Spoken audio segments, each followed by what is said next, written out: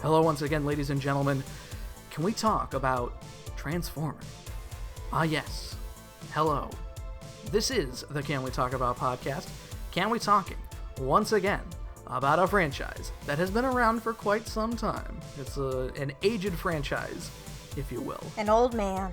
Devouring the core of content to grow our brand to a level that will no doubt have us just exploding, because popularity is icky, Kristen. Like exploding bugs. That core of content, of course, being a series of might and metal, actual 80s cartoon classic, The Transformers. I was finally given a laser pistol of my own to help my Autobot buddies. My name is Joe. My guess is that there were 2 new Autobots in this episode, but I'm not sure. My name's Kristen. And we are watching The Transformers Generation 1 via Tubi, which is a free streaming platform with intermittent commercials. Tubi has the broadcast order of Season 2 of Transformers. I'm sure you know that already. Kristen, have you been watching anything on the various streaming platforms that is cool? Me and Madeline have a gentleman's agreement that I agreed to watch some of the British television show Skins. And she will watch Riverdale in return. So I'm grabbing more people and dragging them into that.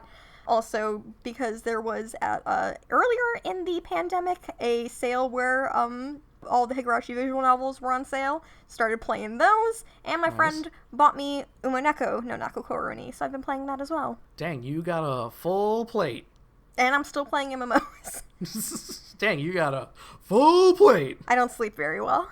I have been watching just the normal weekly Super Sentai Kamen Rider. They've been for a few weeks at this point, back from a 7-week or so hiatus, which is very curious to me, as it's almost pretty guaranteed that Sentai and Rider will have like 50 episodes each, so I don't know if they're gonna follow through with that, or what the plan may be. There is a trademark for the next Kamen Rider, so interesting to see where that goes, but I'm still in my old habits of watching Tokusatsu weekly. That's great. I have no relevant comment to make, as always. This week, Kristen, is the Insecticon syndrome, which happens to take its name from a movie that is a favorite of mine, as it happens. I've never heard of the China syndrome. That's not true. I've probably heard of it. I may have talked about it. I don't know. It's a very tense movie about nuclear annihilation. That would make sense. It also takes its name from piece of media that would come many years later. Remote Island Syndrome from The Melancholy of Haruhi Suzumiya, of course. I really like that too. I was going to say Higurashi Hinamizawa Syndrome. Oh. Kristen and I thought we were going to be on the same page, but we were just like months apart. That's too bad, because I recently was trying to remember the name of individual Haruhi episodes, because what was the Sagittarius? Day of the Sagittarius. Days of the Sagittarius. I was like, what was that episode called? I knew it was something very strange. Someday in the Rain. Someday in the Rain is the only other one I remember. We can talk about that another time. Kristen, this is a very Insecticons heavy episode, as the name of the episode may imply, and we know your track record with the Insecticons. I thought they were fine. My issues with this episode, I feel like, are not Insecticon-centric. It's just unfortunate that I didn't like this episode, and the Insecticons happen to be here. Again, I was telling you off mic right before we started, I don't know what it was about this episode, but it felt like 3 fucking hours long to me. Well, Kristen, we'll see if this podcast takes about 1,000,000 years, so I think then let's nuclear melt.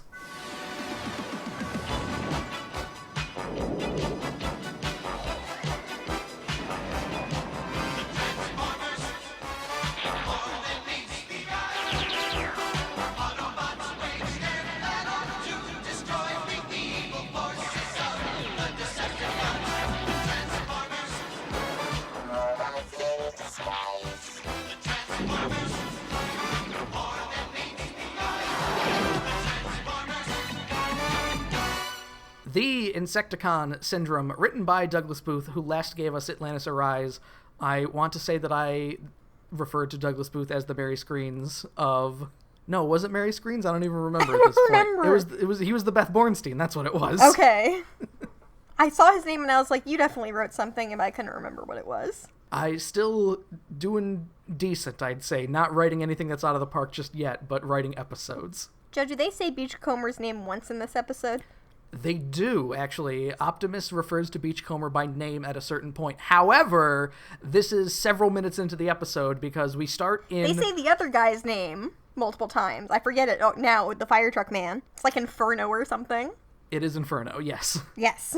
Beachcomber, Hound, and Bumblebee are all out scouting here. Beachcomber is... I thought you were giving Beachcomber as a title to Hound for a second there. That famous Beachcomber, Hound. That's the beach blanket blast version of Hound that comes with psychedelic colors, of course, and a surfboard accessory. And hopefully some cool swim trunks. A surfboard that transforms into Gem. So, Kristen, VW bugs are not made for rocky terrain here, so Bumblebee is getting smacked all around on this terrain. That's what I was thinking, because I guess now I know it's either Hound or Beachcomber was like, "You doing okay over there, Bumblebee?" And I'm like, those are his actual feet, you dick.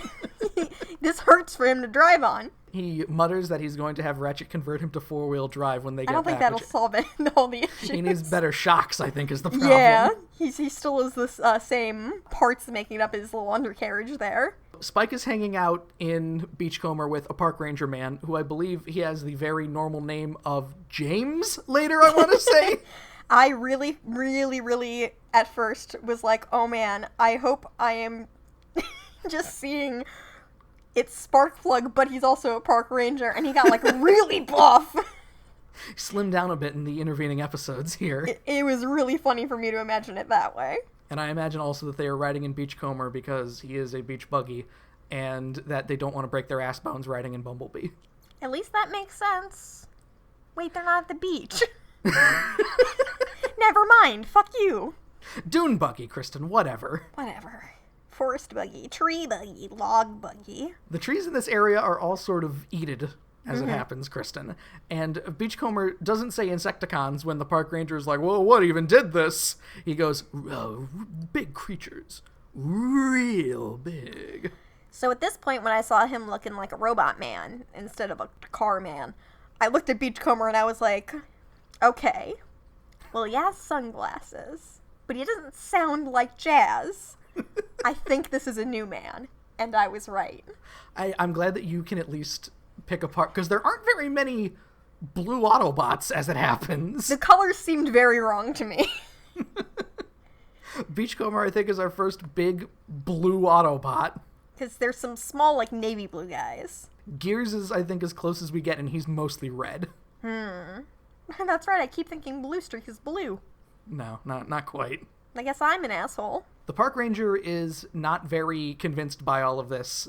Beachcomber clarifies then he is talking about Insecticons. And he's still like, nah, I don't think so. Pull out and pan over to some caves where the Insecticons are all hanging out here. And Kristen, the through line of the episode, Insecticons hangry. Yeah, I can relate to that. Not today. I am actually pretty well fed before this episode, which is not typical. But yeah, it's interesting to go back again to be like, yep, those Insecticons still like, I don't fucking know, eat trees and shit. We have the old tired joke. Essentially, Bombshell likens pine trees to Chinese food, Kristen.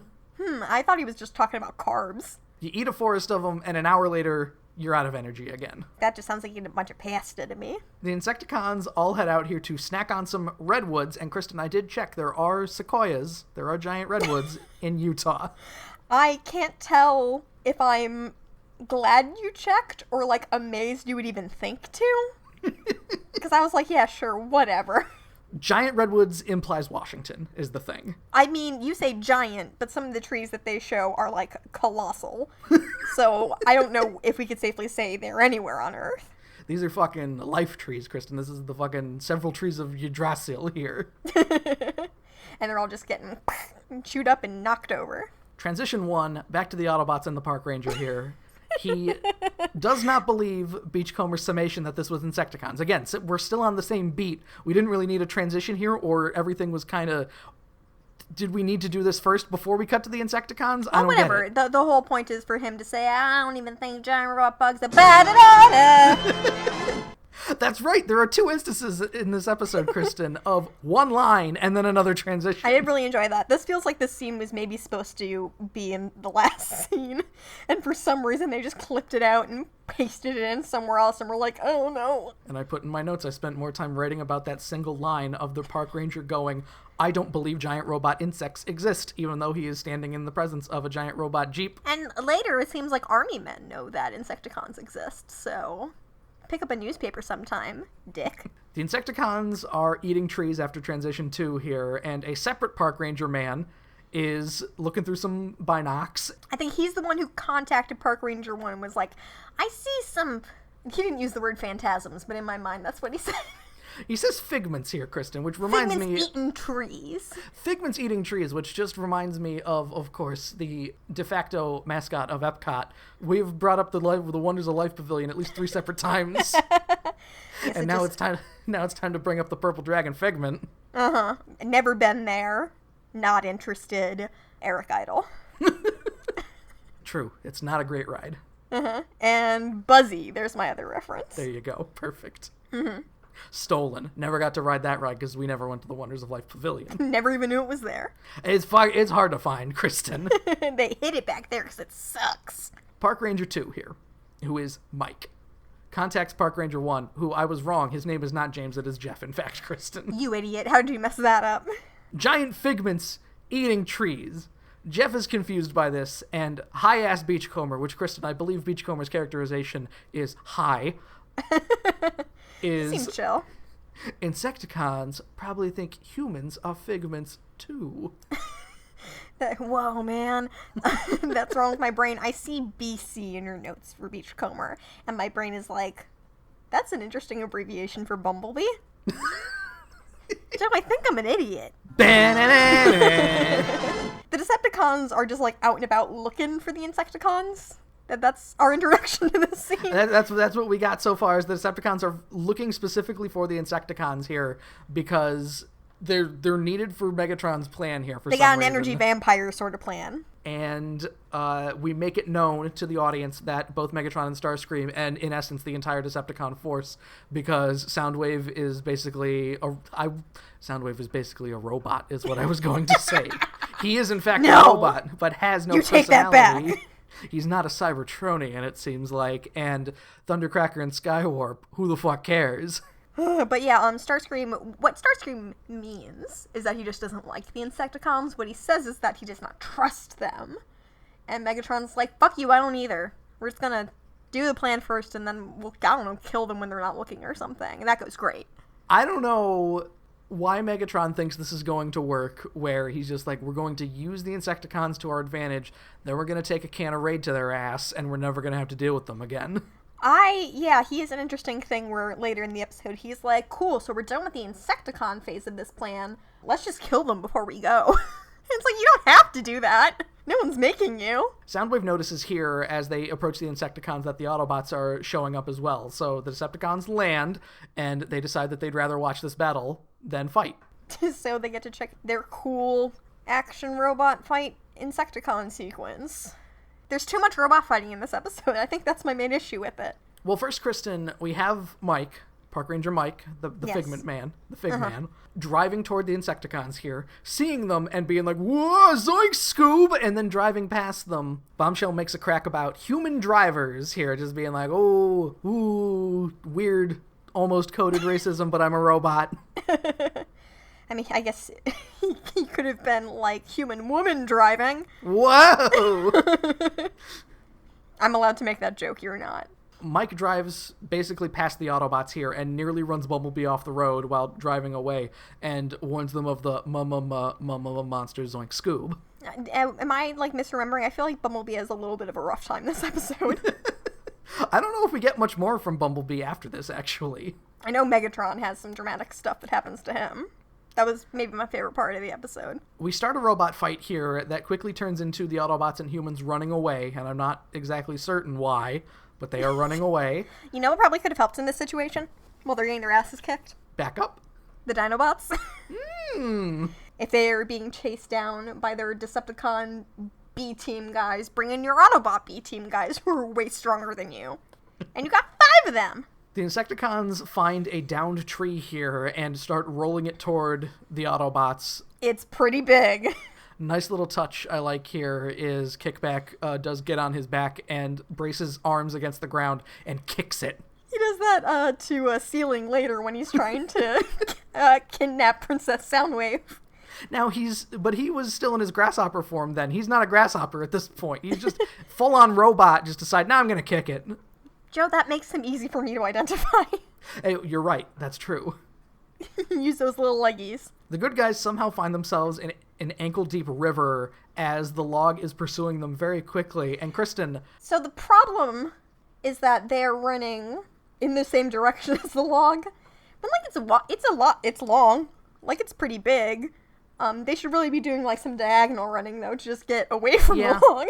There's a little bit of they could just avoid. It's not an Indiana Jones boulder. The left and right is available to them. Or you got some giant robots. Pick up Spike. Spike is running with his human legs. Pick up Spike and just do a Donkey Kong jump over that thing. Segment 1 ends, Kristen, 5 minutes into the episode, which was very surprising to me. Mm-hmm. Maybe that's why the episode felt long to you, is because we've had so many Segment episodes. 2 felt like it lasted forever. Segment 1 ends normally about 10 minutes into the episode, and here we are 5 minutes in as we see all of the Autobots and the Park Ranger and Spike flying off the edge of the cliff with the tree and the Insecticons celebrating. Yeah, because they're super dead. I was surprised. I thought there was going to be some kind of last-minute thing that they did. I mean, obviously they're not actually dead, but to show them, quote-unquote, getting clobbered by the log and then thrown off a cliff. That's pretty fun. Segment 2 starts. The Insecticons are still celebrating. The Decepticons make their way over. Megatron being like, you did pretty good. You know? You did okay. You beat the Autobots. It's almost like that's something Megatron can't do. And Starscream, it goes, maybe they should be leading us then. Is that foreshadowing? I don't think Starscream would want that. No, it doesn't go well later. So when the Decepticons land here, Bombshell refers to the crew as Megatron and his merry mechanical men, which, Kristen, this incenses Starscream. I'm not a merry man, I'm a sexy man. Megatron stops him here because they are here to talk business, not trade insults. We're not here to talk about how we're going to pop off the Insecticons as soon as they turn around. And Kristen, here's where we see that the Autobots falling off the cliff at the end of segment 1 was actually all a clever hologram plan by Hound. I feel like I never remember Hound do holograms. I'm sorry, holograms. Until after he has already done them. I'm never oh, you know what, that probably was a hologram. I'm that was some hologram bullshit. Damn it. That's right. That's what Hound does. Yeah, they're hanging out about 12 feet below the rock face here on a separate second cliff. Yeah, I guess they just hopped down there. I think so. Now, Kristen, I assumed that the Autobots would be able to hear the Insecticons and Decepticons talking to one another from here, but we specifically see Spike and Bumblebee running away to just get back up to where they were before, and... to do some unwitting reconnaissance, I guess. Essentially, yes. I mean, isn't that the best kind? We always spy in by accident. That's our specialty. So, Kristen, the plan is the Insecticons will get a big ol' meal at the Nova power plant. So this is a power plant plan. Mm-hmm. Potentially a dam plant, depending on what is at this power plant. And after that, the Insecticon should have enough power to siege the defense computer at some place called Iron Mountain. So the way that they treat this, energy source, that makes it sound like it is a plant rather than, powered by dam hydroelectricity, that they just, physically have a star, and they're just keeping it in there, and it's, rumbling around, and it's super dangerous, but it's, pretty tasty, so... Now, Kristen, I was a little distracted because Iron Mountain happens to be the name of a company. I am in the business of document destruction, and Iron Mountain is a very large company that does document destruction, so I just assumed that they needed to siege Iron Mountain to get their documents from the shredder. I was gonna say, it's an Iron Mountain because it's a bunch of scraps of external hard drives, I guess. I'm surprised this episode wasn't called something Iron Mountain. Siege of Iron Mountain. Fire on the Iron Mountain. Yeah, exactly. It sounds hooky enough that they say it so many times that it sounds like it should be more of a thing. If this showed up again 2 episodes from now, it'd be oh, okay, that place. But nope. I assume. I don't know for sure that Iron Mountain never comes back. It's just a feeling I have. Like they would establish Iron Mountain as a large human like defense base where the Autobots can hang out or something. Yeah. But no, I don't think we're that lucky. Yeah. I don't fucking care anyway.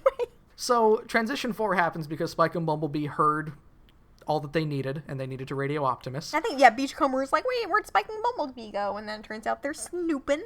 Optimus relays what's going on here to the Autobots, including newcomer Inferno, and Ironhide puts it pretty succinctly here, saying that if the Insecticons eat at Nova Power Plant, they will be strong enough to have us for breakfast. Over easy and sunny side up, adds Jazz. And that's when I was positive that other guy wasn't Jazz.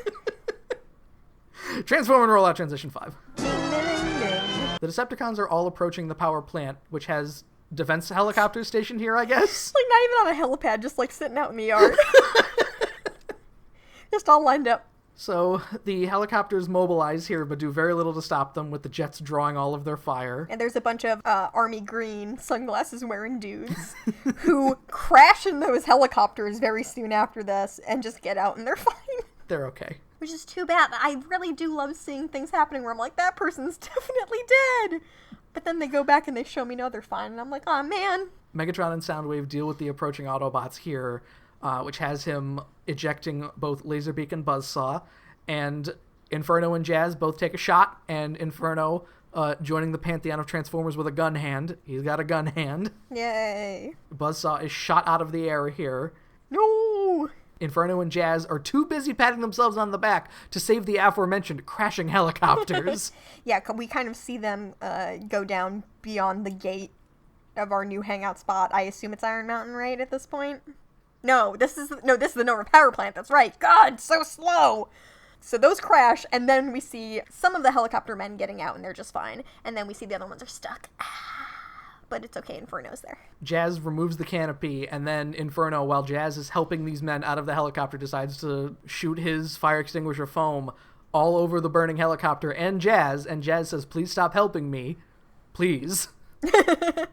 Is it weird that I am so hung up on the fact that, Joe, fire trucks don't have fire extinguisher foam in them? They got water.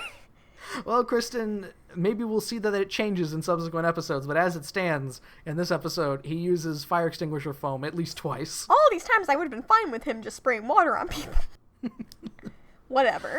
The Insecticons, since nobody was really dealing with them, just are allowed to get into the power plant without any sort of opposition or anything. Maybe you should have sent a bigger fighting force. Whatever. No, it's fine.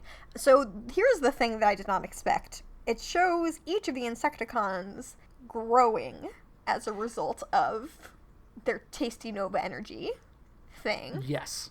And that's strange. There's not much of an explanation as to why the Insecticons grow. I think it's just a scientific, they are eating this energy that is making them more powerful. As such, they are big now. It's like they want me asking questions that don't have answers about Transformer physiology. Wheeljack, explain that to me. Why does that happen?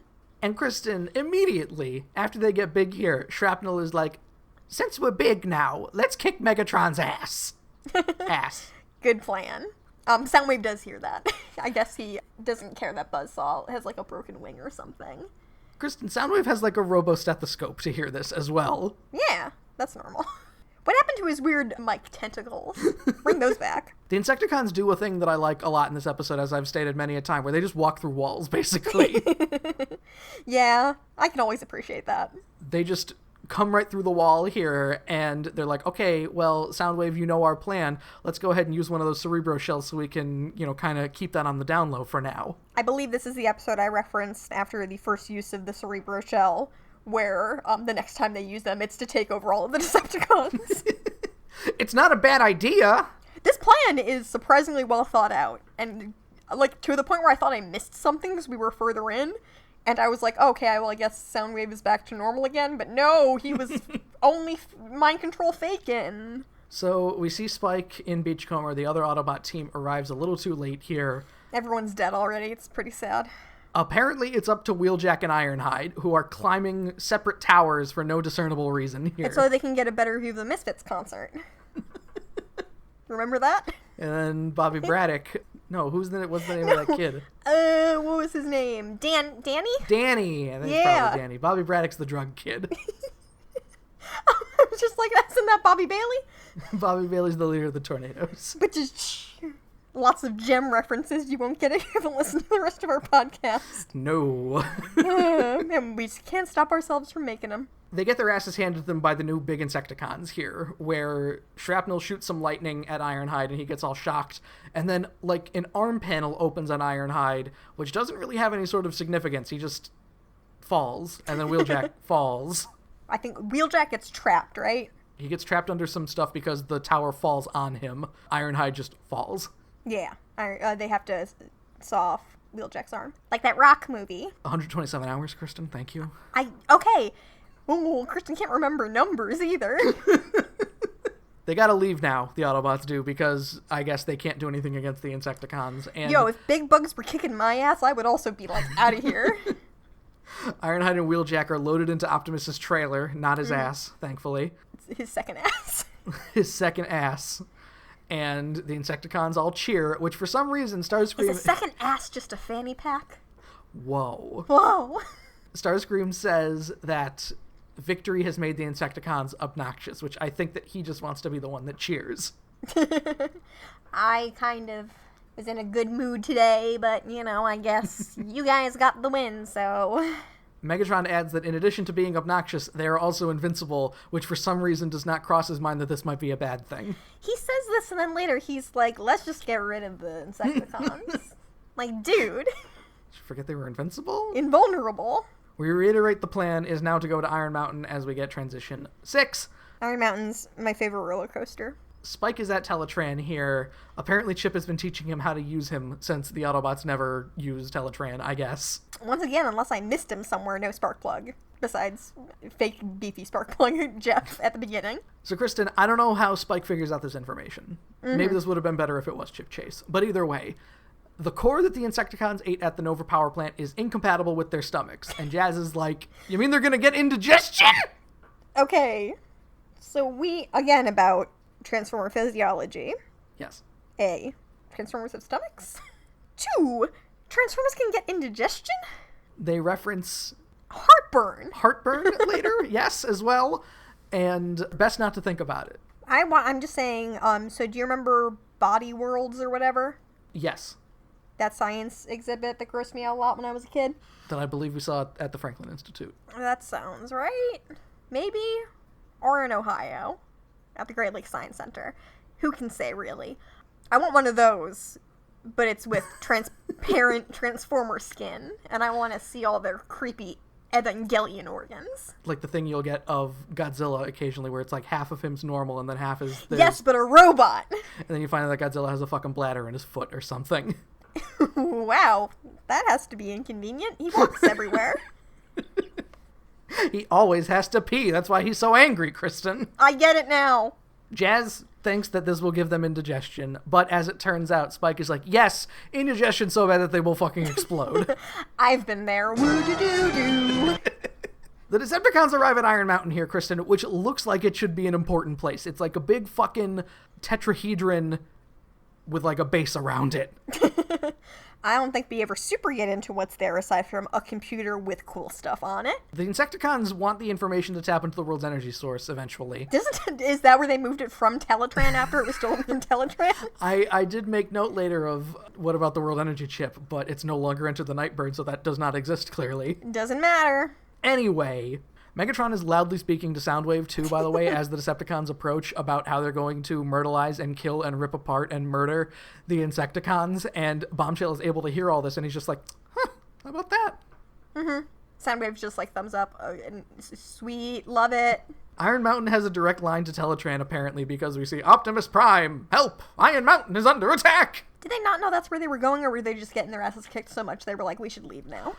I could have sworn that Spike and Bumblebee would have heard that. Yeah, that's what I thought too. They got their asses kicked and they needed to get a snack. They got to get some Capri Sun before they jump back into the soccer game. Segment 2 ends with Optimus saying, yes, the Insecticons being bombs is bad. Yes, I agree with that. Segment 3 starts with the Decepticons embroiled in a battle with Iron Mountain. And Kristen, the defenses actually do pretty well to knock back Megatron at one point, which Shrapnel makes fun of him for. Yeah, they got a bunch of mountain sentry guns. They do. And normal sentry guns.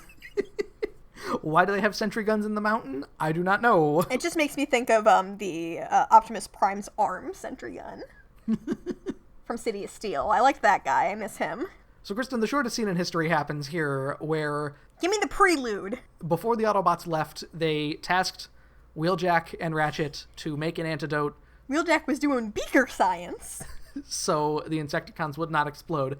And we join the Autobots in transit here, and the only thing that happens in this transition, after this transition that lasts before the next transition... Extremely important. Give me the line. Ratchet, Wheeljack, we're gonna need that antidote fast. Whoa! Yes, just in case you forgot about it, which I basically did. Yeah, they're doing weird science. Plastic tubes and pots and pans, bits and pieces, and magic from my hands were making weird science. I knew I shouldn't have said it. Magic and technology. Do the rest of the podcast by yourself. Is there? I like Ogo Boingo, Kristen. I'm sorry. I don't even know what you're referencing. The song Weird Science by Ogo Boingo! I thought it was a movie. It is also a movie. It is the song for the movie, in fact. Okay. So I wasn't that confused. Is that the one where they make a sexy lady or something? That is indeed that movie, Kristen. Why do I know that? Because you watched I Love the 80s. I guess so. So, Kristen, we cut to Bombshell complaining that he has heartburn, adding in, that is, if I have a heart, which the note I have directly under that, how would he know... never mind. Yeah, I feel like that about covers it. It's just like, I've spent enough time agonizing over it already this episode. Shrapnel starts confusing the defense computer here, Kristen, by turning the lasers against them. He just shoots out, radial lines! I didn't make a note of it! Son of a bitch! He definitely uses radial lines of some sort to have this happen. Yeah, we have extra robot mind control stuff happening, because that's what the Insecticons do, at least right now. The Autobots start attacking here, and the Insecticons are left to deal with the Autobots as the Decepticons head in to get to the computer, I guess. Iron Mountain is besmashed, and there is a rock avalanche, as you put it. The Ironhide needs to sacrifice his body for Spike. Once an episode at this point, I feel like, Kristen. What are you talking about? That's brand new. Soundwave and Megatron get to the defense computer pretty easily, and then Soundwave starts copying the files. Kristen, I did not notice. I forgot about the whole, in my initial watch of this, the copying of the files and the information and shit. And we get to a line later where Soundwave says, memory circuits erased. And I'm like, oh, because of the shit in the computer. Yeah, even I knew that. Come on, Joe. It doesn't matter is the thing. No, it doesn't. So that's why he gets almost kidnapped later, is because now Soundwave is the treasure. And Kristen, now that Soundwave has all this information, Megatron goes, well, let's kill the Insecticons. They're still fighting the Autobots at this point. Mm-hmm. Could Megatron not have waited? Wow, Joe. You're asking me that? Don't know what to tell you. Don't question his logic. It's perfect. Bombshell reveals that he had a Cerebro Shell plan all along because Megatron is announcing to Thundercracker and Skywarp, hey, it's time to kill the Insecticons. And they don't move, so I guess they were already Cerebro-shelled also. And then Starscream gets Cerebro-shelled, but Megatron is too quick for that shit, and he catches it in his hand and throws it on the ground. And Bombshell is not very happy about that, even though he seemingly has an unlimited number of Cerebro-shells. He acts like it hurt or something, but I think he was just being a bitch about it. No, my plan! So Megatron's like, okay, shit! We are now improvising. Megatron's like, you are gonna get extra murdered now, motherfucker. And Optimus is like, Megatron, don't! They seem pretty convinced that specifically if Megatron's... What's his cannon called? The fusion cannon. Fusion cannon. My brain's like antimatter cannon. If that kills an Insecticon, that will make them explode. Yes. Also, just time will make them explode. Also, yes. They're volatile is the thing right now. Now, Kristen, it did not occur to me until this moment. This is very reminiscent of... There's a little episode called War of the Dinobots where there was a meteor that was going to explode, and Optimus goes, no, Megatron, don't shoot. Again, this is another thing that's always slightly elevates the episodes for me. A little bit of Autobot-Decepticon cooperation this episode, which I'm like, it's slightly different. I love it! Considering we got that last episode in the core, and I did not give a fuck, maybe that's how bad the core was. I think at least the core was kind of funny, right? The Insecticons then fly inside the base here as the jets turn on Megatron and Optimus, and Megatron hits them with one blast of his fusion cannon here, and that's enough to apparently knock them out, I guess. I mean, they seem like they run away at a certain point. I don't think we see them until it's time for Starscream to come back in the scene and be like, what happened? I do believe the Insecticons just get kind of excited, too, because they're like, good. The Autobots, at this point, they're just defending us. Wheeljack and Ratchet arrive with the antidote in giant vials, Kristen. Yep. And for the second episode in a row here, as stated, a truce is called between Megatron and the Autobots so a bigger threat can be dealt with. Transition 10. Though it seems like Megatron still wants to go in guns ablaze and it doesn't totally understand what he's agreeing to, but that's okay, it turns out fine. The Insecticons plan to use the information in the computer to tap into the energy reserves of the world. As stated, World Energy Chip does not exist anymore. Fuck it. No, it's the chip with the energy reserves of the world information on it. It's a different thing. Megatron and the Autobots arrive. Spike, once again, I guess, setting up for the audience. Hey, don't shoot at Bombshell because he will... Don't shoot at any of them, quite frankly, because they will explode. And Megatron does not seem interested for a sec there. And then Bombshell starts getting a stomach ache, Kristen. His stomach starts hurty as he bends over and goes, oh, my stomach, it hurts. Shrapnel's belly hurts too. And then, I don't know, they, do a big fart or something at Megatron and he gets back through a wall. Shrapnel says that there is no time for belly aching, which weird lines for the Insecticons this episode where they just get weird, supposed to be sharp, cool guy, funny things to say, which I don't know about that. I feel sick, but must destroy. Yeah, then Megatron gets blasted here, which Spike conveniently notes, Kristen, and thank the Transformers wiki for pointing this out, where anytime that time needs to be told, Spike has a watch on in the shot. Thank God he synced up his watch. Down to the second. And then immediately the watch is gone in the very next shot. So... At least they thought to put it there at all. So, Kristen, a thing happens here that I'm not sure, one, what the ethics are of this, and two, how the physics work, where Optimus runs up to the downed Megatron and is like, Megatron, you gotta transform. And he kisses him and makes him turn into a gun. Optimus basically transforms Megatron himself. Like, he kind of moves his hands around a bit as the animation changes to, He crumbles him up like a foil ball. Kinda! Like, that's basically what happens. I don't know why Optimus feels the need to do this. Maybe he's just feeling, I don't know, powerful or something. Kristen, the best way to distribute Antidote is through a gun, of course, so... Well, they don't have any of those, so... As it turns out, Megatron is gone, so... Bombshell gets hit by the antidote first and starts shrinking, and notes in a very Wicked Witch manner, I'm shrinking! What a world. I think, yes, and it's at this point where I was like, I can kind of tell them apart. Because Kickback's like, I'm getting the fuck out of here! And picks up Soundwave like he's gonna kidnap him. And then goes over to the ceiling, flies up there, and kicks it with his little leggies to try and get out. It does not work. No, he is the next to get shot, which drops both him and Soundwave to the ground. Soundwave. But they are fine. Don't worry about it. Shrapnel is like, you know what, motherfucker? If I'm gonna explode, then you're all gonna explode with me. Let's do this. Yeah, Shrapnel goes a little bit berserker right at the end there. Spike is really worried. Shrapnel manages to summon lightning that breaks through the Iron Mountain building so he can That was pretty confusing. He manages to hit Optimus with a lightning bolt, which has him drop the antidote, and then Spike, Kristen, does a fucking super combat roll like it's fucking Dark Souls, and he manages to grab onto it, and somehow, despite being almost constantly struck by lightning, from what I can assume by the aura of electricity around Shrapnel, Spike is able to casually walk up to Shrapnel and just, start climbing him and shove the antidote, open a chest door and just throw the antidote in there, mere seconds away from explosion. See, now I have to wonder.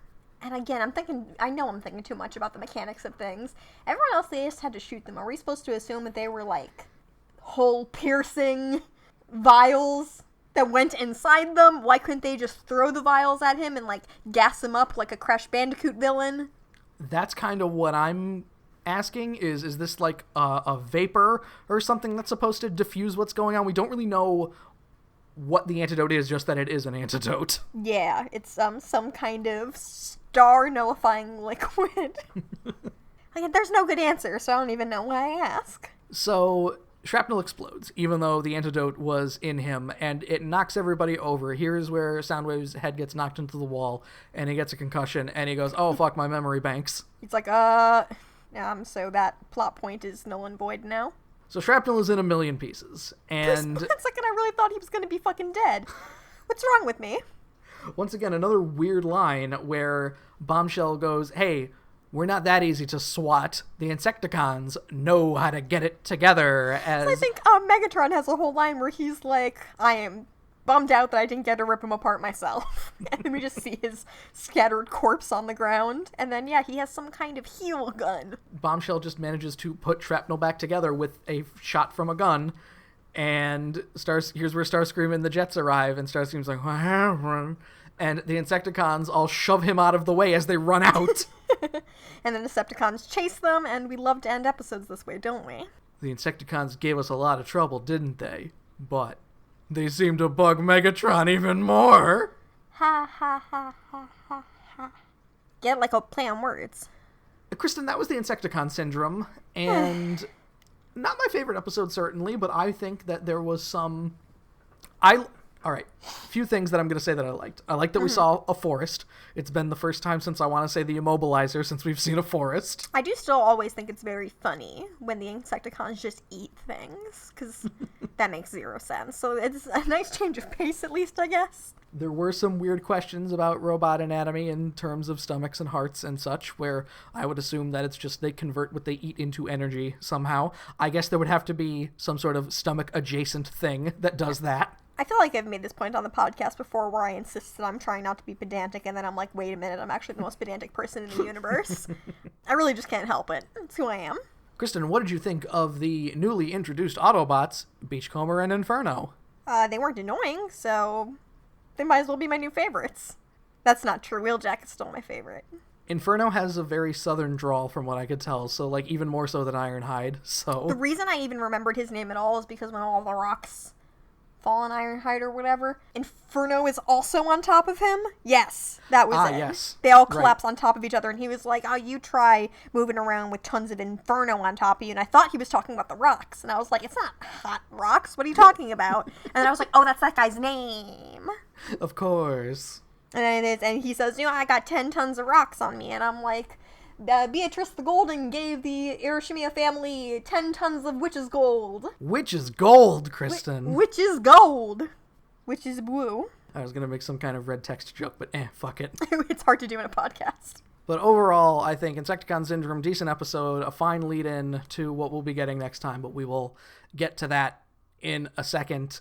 Now's the point in the evening where I'll list off all the fun contact things, where you can find us. You can follow us on the Twitter machine at cwtapod. You can follow me at Octopus, which is AWKTAPUS. You can follow me at Marina Kazam. You can find us on the Apple Podcasts, on the SoundCloud, on the Stitcher Radio, on the YouTube. Even leave a rating, give a review, and do whatever you feel like.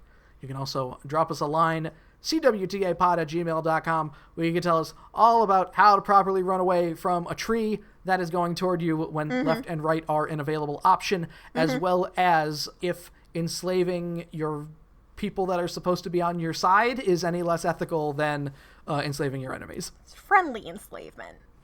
Like what they did with Devastator.